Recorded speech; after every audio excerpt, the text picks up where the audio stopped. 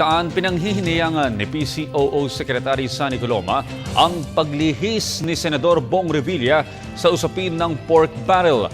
Ayon kay Coloma, sana ay sinamantala ni Senador Revilla ang kanyang privilege speech.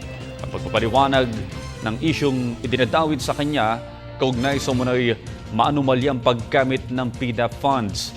Alinsunod naman sa paratang ni Revilla kay Pangulong Aquino, iginiit ni Coloma na magagawang impluwensyahan ni Pangulong Aquino ang mga senador sa impeachment ni dating Supreme Court Chief Justice Renato Corona.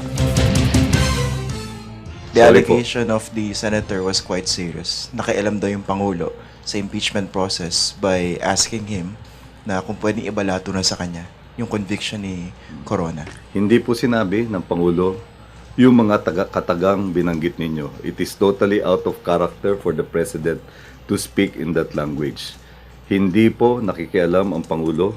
Ang kanya lang pong hiniling ay upang magpasya si Senador Revilla na naaayon sa mga merito ng kaso. At ang tugon naman po ng Senador ay sinabi rin niya sa kanyang talumpati, I will do what is right. At batid naman po natin ang kanyang pagpapasya. At kung gusto po natin, magbalik tanaw tayo sa kanyang paliwanag nung siya ay bumoto. Ito po ang kanyang sinabi.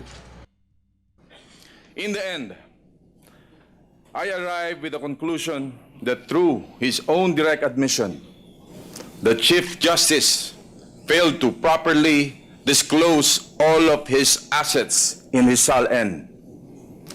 This, therefore, has necessary consequences that attach to the position he hold in trust.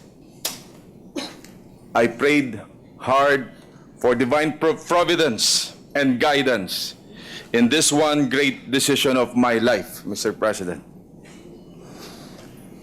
Napakahirap man, alang-alang sa pagkakaisa at paghilom ng ating bayan, alang-alang sa pagpapatibay ng mga institusyon ng ating pamahalaan, alang-alang sa mga darating pang henerasyon at ang ating kinabukasan, I find Chief Justice Renato C. Corona guilty.